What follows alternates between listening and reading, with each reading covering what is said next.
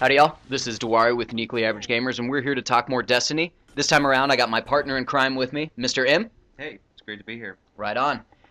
We brought him in so we could get kind of a second pair of eyes on a lot of different things. There's a lot of angles to attack what the topic of the video is, and that's going to be the Crucible.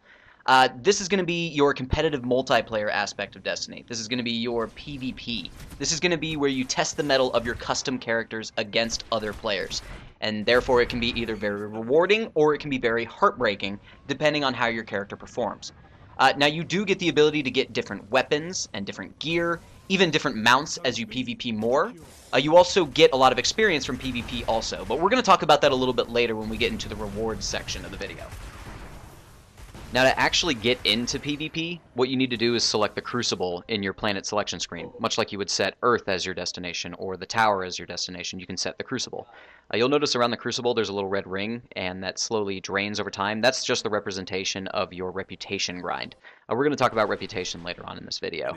We only got access to one game type in the alpha, and that was called Control, but we did get to see the symbols of the other game types, and they looked like, a flag, two crossed swords, we're thinking probably deathmatch or capture the flag, but there are other ones that we just flat out didn't recognize, so we're excited to see what we get in the end game. Well, since we only got to play Control during this alpha, we can only really break down this game type for you. This rule set is pretty straightforward, where across all the maps, which we'll describe a little bit later, there'll be 3 nodes. You'll be able to secure each node for your team by standing in close proximity to it, either taking it from the other team or taking it for yourself. There will be a set timer. The timer will actually go a little bit faster if you have 1 or 2 more players taking it instead of just trying to take one solo. Right, and one thing we also noticed that was unique to the game type is that the rate at which the flag was being seized from the other team and refilling to your flag's favor would max out at 3 players. Meaning if you had 3 teammates on a flag, then that's really as fast as that's going to either be neutralized or put in your team's favor. So if you show up and you see that there's already 3 people on it, don't just hurl yourself in to stand with them. Go cover a door or something, because you're going to end up just being cannon fodder for the other team. If they walk up with a Nova Bomb or a rocket, they're going to score extra points because you decided to stand next to your teammates who already had it under control. So remember, 3 as of the alpha is the max that can cap a flag at once. Well, and I want to go back and talk about that because, yes, the nodes are not the only way that you can score points in Control. Kills in Control will also add to your team's overall score, so capping a Control point's not really going to be the end-all for this. Doesn't mean that you want to disregard the nodes entirely. It just means that those that would traditionally ignore the objective and like to farm kills, they're not just entirely useless anymore. Now, as far as maps are concerned, we only got to play 2 different PvP maps in the alpha. Starting with Rusted Lands. Rusted Lands was the Earth-based map, and it was very, very close quarters. There weren't any vehicles on it. Since it was very close quarters, we found the shotgun to be particularly useful on this map itself. Now, the other map that we got to play was called First Light, and it takes place on the moon. It essentially takes place in the husk of a destroyed moon base that's up there. The map was much larger than Rusted Lands, and there were also vehicles on it as well. So you got to drive around the vehicles, kind of experiment with them. Now, let's kind of talk about the different vehicles in PvP, because as of the alpha, we got exposure to 3 different types. Starting with your mount. Your mount, like we mentioned before, can be summoned into your questing areas, it can be summoned in PvP. It's how you get to your objectives quickly. You can use it after you get killed if you need to get back into the action, if you spawn away from people. But you are vulnerable. So if someone has a rocket or a Nova Bomb or a Fist of Havoc, or if they have just some sort of power weapon, they are going to be able to pick you off of your mount. If your mount's on fire, get off of it. If your mount is destroyed, you can resummon it. So you technically do have an infinite supply of the mounts. Very, very much like other traditional RPGs. One of the combat style vehicles that we got to play with was called the Pike, and it was very reminiscent of the Ghost from the Halo games. It's very lightweight, you can go very quickly around the map, you get a boost that can splatter other players, and you also get 2 laser cannons that essentially shoot out the front of it. Now these 2 front-mounted laser cannons do slow in fire rate as you continue to fire. So if you find yourself on a low fire rate, simply lay off for a little bit, and then keep firing into an enemy. Like we mentioned, you can splatter other players, but they can also stick you, they can also shoot you out, they can hit you with a rocket. It does have a level of frailty to it, but it's still a little bit more durable than the normal mount itself. Primarily, this is going to be an agility vehicle. We did have a lot of fun playing with it. Now the final vehicle that we got access to was called the Interceptor. This is the heaviest vehicle that we got to play with so far. It was slower than the other vehicles, but it did have its own boost, much like the chopper from the Halo series. It does fire rockets out of the front, but you need to be sure to accommodate for them because it fires both from left to right, so you might need to adjust your aim. Now, since you do bring your own personalized character into PvP in this game, ammo is littered across the area, instead of weapons being littered across the arenas like they were in the previous Halo games. Now, what we mean by that is that you're going to see green bins littered across the arena, and this is going to be where you pick up your special ammo. Now, like we mentioned before, that's going to be your fusion rifle, your sniper rifle, and your shotgun ammo. As far as your primary weapon is concerned, there is an abundance of ammo throughout PvP. You're never going to run out of ammo for that. And, of course, your grenades are on a cooldown. Now, every so often, you will hear the announcer say, heavy ammo inbound. Now, this means that you're going to see a pink icon on your screen that's going to indicate where heavy ammo is dropped. Now, everybody, when they start the PvP match, has 0 ammo for the heavy ammos. So it does really pay off to chase down this heavy ammo. It can give you the advantage. So we found that both heavy machine guns and rocket launchers were very, very potent PvP weapons.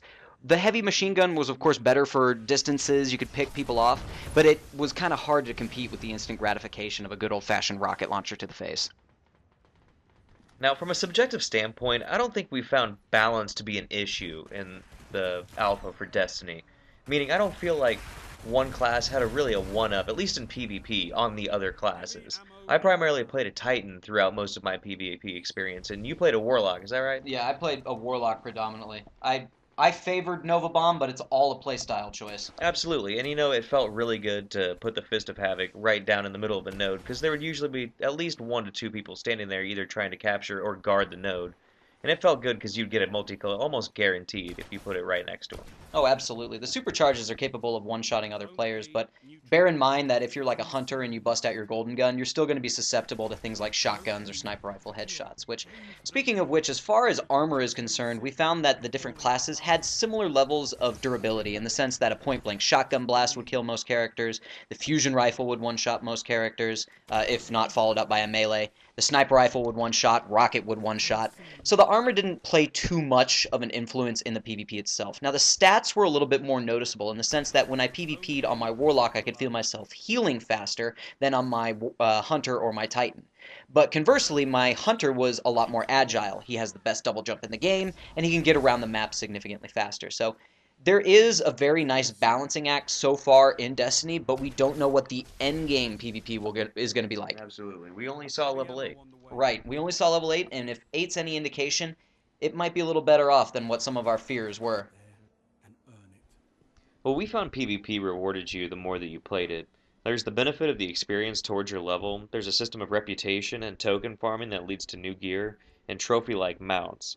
The mounts that we saw had traits that made it look different, and also had traits that give you a quick boost to strafe right or left, like a dodge.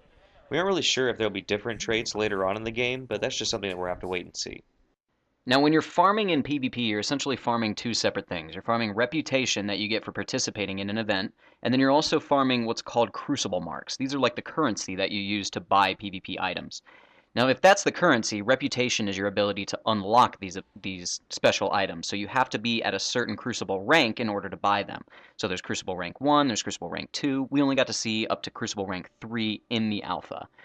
Now, you also have to be level 20 to equip the items that you get from PvP that we got to see in the alpha. So that's another prerequisite that you have to meet to put on this very powerful gear.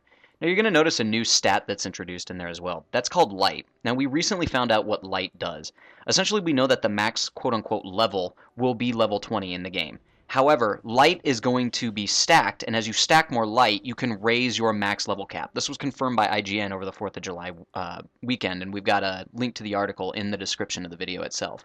So the more Light you stack, the higher your level cap can become. So you can really see the benefits of farming up PvP at max level so you can get that extra edge above other players. Now, in the tower, which I know Dewari is going to cover in an additional video, you're going to find the bounty board. The bounty board is going to be where you're going to find PvP-themed quests, like kill X amount of players or kill X amount of players via melee.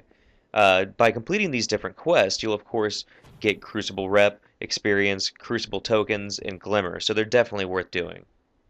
Now, all in all, you can feel a good Bungie skeleton to this first-person shooter. It's very quick, it's very rewarding, And we found that the balance wasn't much of an issue, so it looks like it's going to reward creativity and skill alike. Now, we are here to just spread information, so if this was helpful, then we are, of course, grateful that you took the time to watch our video. This has been Dewari. Yeah, this has been Mr. Imp. And we are Uniquely Average Gamers. We do have more videos coming up where we're going to cover things like the Tower, as well as the Devil's Lair, which is essentially the dungeon that we got access to. So stick around, we got more coming, and of course we will definitely see you on the inside of Destiny. We're playing on the PlayStation 4. See you then.